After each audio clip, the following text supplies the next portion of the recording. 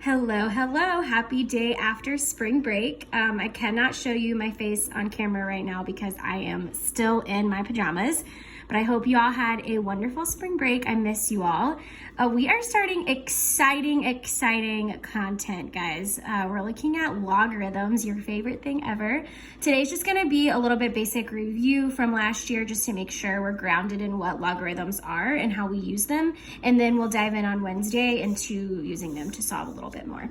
So let's just start big picture like we always do. Like, why do we need logarithms and what is the point of them? Well, actually, we use them a lot in modeling real world scenarios. So if we think about last week when we looked at exponential growth and decay and investments and interest rates, like we basically use logarithms to solve complex exponentials, right? So if we can use exponentials in the real world, then we're obviously going to be using logarithms as well to help us solve those. So let's jump back a little bit when we talk about solving equations and look at like our simpler functions that we always sort of go back to. So like linear, if I'm trying to solve for x, I do inverse operations, right? Subtract 3 and then divide by 4 and I get x equals 2. So just inverse operations, right? Same thing with quadratics. So if I'm trying to get x by itself, I'm going to divide by 4 and then I'm going to get 16 and then I'm going to take the square root of 16, which is going to give me x equals 4, right? Plus or minus 4, because I could have two solutions there. So let's pause here for a second because I have an exponent, right? So when I have x squared, the inverse of squaring something is taking the square root, right? Well, it sort of looks similar with exponentials. The only difference is I don't have a number in the exponent. That's actually where like my variable is located in the exponent, right? So it's a little tricky. Like I can't just x root this because I don't know what x is. Like I need to know what x is before I could take the x root, right? So instead I have to kind of look at this and say 4 to the what power equals 16. Oh, well, that's a little easier to see. I just see x is 2, right? We learned another way last year that was to get common bases here. So this would become 4 squared.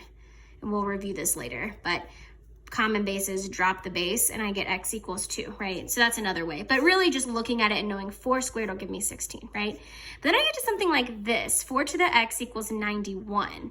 Well, I'm stuck here because I don't know the inverse operation. I don't know how to move x out of the exponent, right? Well, that's where we run into logarithms. Logarithms are the inverse of exponentials, so they help us solve complex exponential equations. So why do we need logarithms? They help us, there they are, the inverse of exponential functions. So we use them to solve exponentials, okay? You can just put that in your own words, just add that to your notes somewhere. So the big picture here is we need them to solve exponential functions. Try to do this with one hand. All right, so let's move on to some examples here. So the first part is just gonna be, you should remember this from last year, this should ring some bells. So let's just look at a logarithmic form. So the first thing is I need to know how to translate these from equivalent forms. So they're just inverses of each other. So log base b of a equals x. So the first thing we're gonna do is bring out the base. So remember when we talked about inverses, inverse means to switch our input and our output, right? Our x and our y. So we're actually gonna end up switching the place of these two values. So your base is the little number, you bring that out, and then this is always gonna be your exponent, so b to the x equals a. So you always switch the place of these two. So log base b of a equals x, and then you do the inverse of that. So another thing here is we have what we call the common logarithm. So a common logarithm is log base 10, and it's so common that we don't even write the base 10, so it actually just looks like log x, right? We don't even need the base anymore. And that's actually the one that we would use the calculator for, log here. That's always base 10, which you'll notice the inverse above it is 10 raised to the x power. So that is what the log button is for in your calculator. Okay, so I'm gonna put a little note here that says calculator. That's always going to be your common logarithm. Okay, so let's look at a couple of examples. We're just going to do a few of the odds, and then I'm going to have you do the evens, and you can check your answers at the end.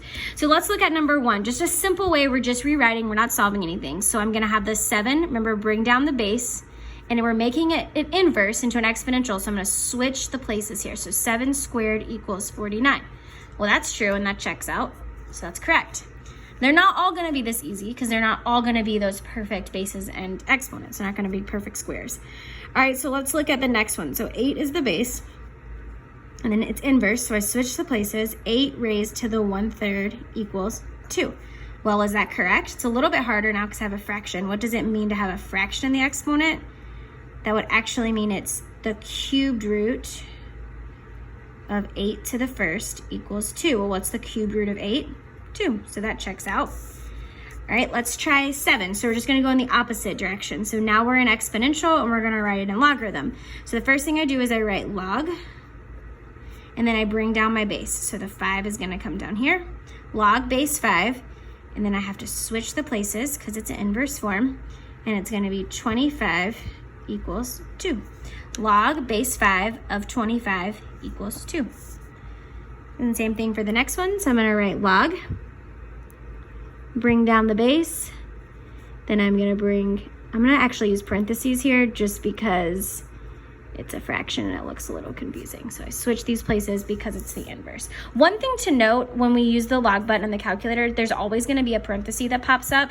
So you can always write this in parentheses or outside, but just know that when you use your calculator, there will be parentheses that will pop up there, okay?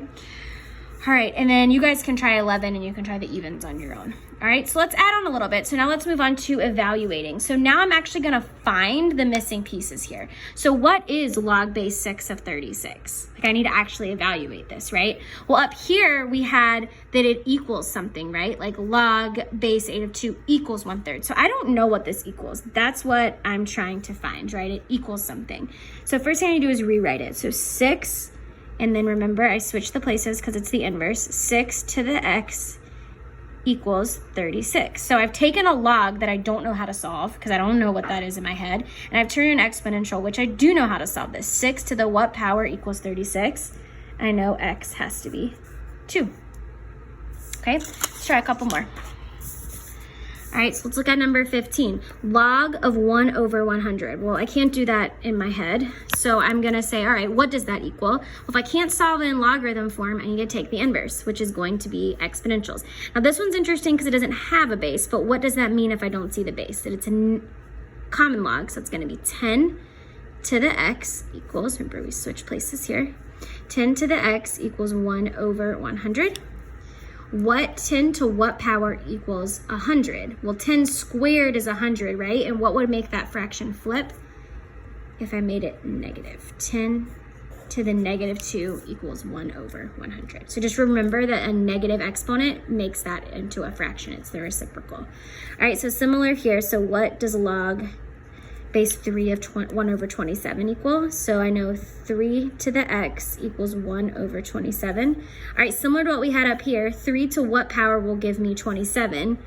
Well, I know it's 3, right? But I don't want it to be 27. I want it to be the reciprocal, so it must have been negative 3. Okay, last but not least is your change of base formula. So now we're gonna evaluate logs that aren't as simple. So like when I was looking at some of these examples here, like I could easily figure out 6 to what power equals 36, right? Like I can do that in my head. But what happens if I'm given one that I can't do in my head? So like if I look at this one, so this would be 5 to what power equals 34?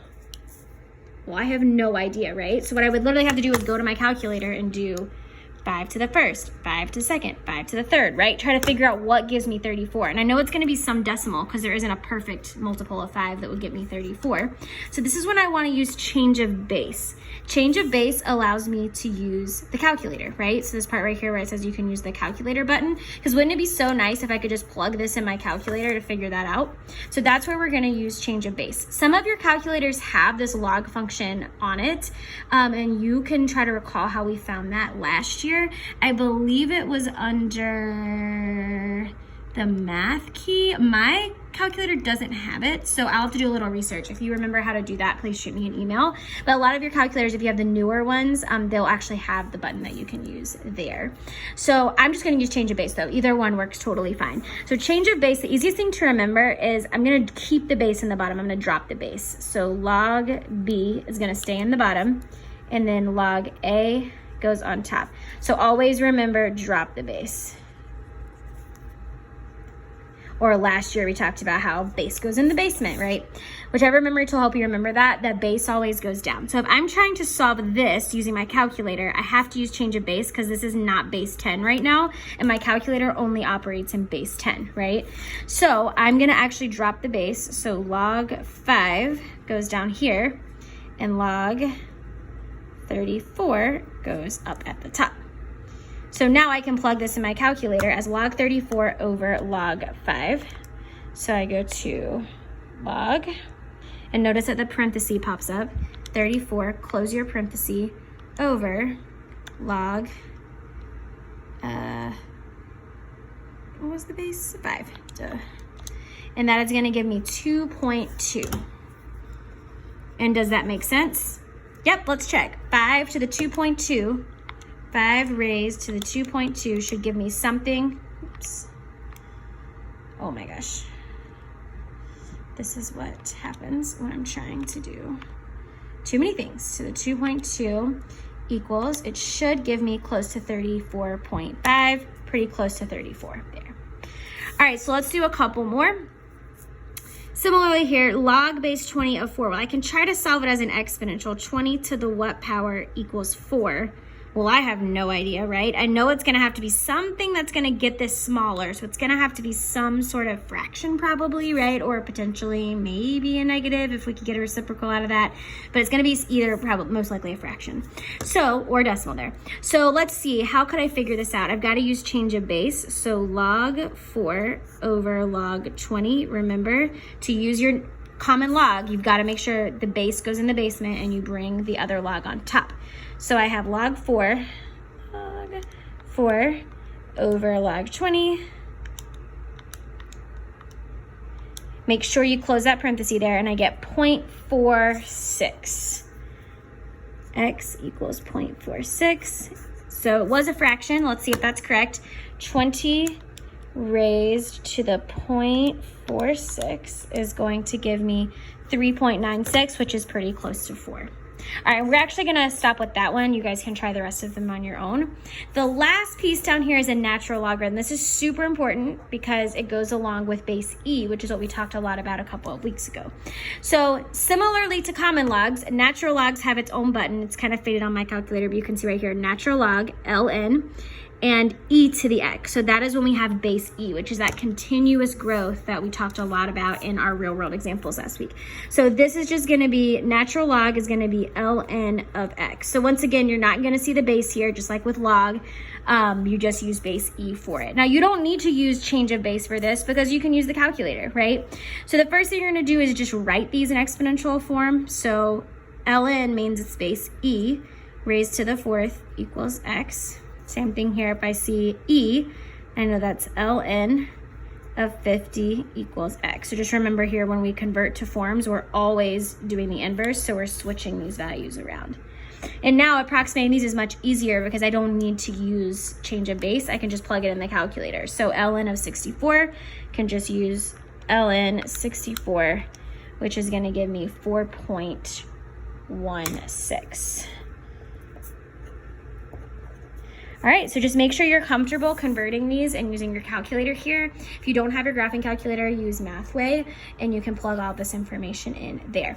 When you are done, click on the link here, check your answers to pages 1 and 2. If you need additional practice, there are independent practice problems on page 3, and be sure to tune into my office hours today. The link is posted on Google Classroom. Have a great day. Bye.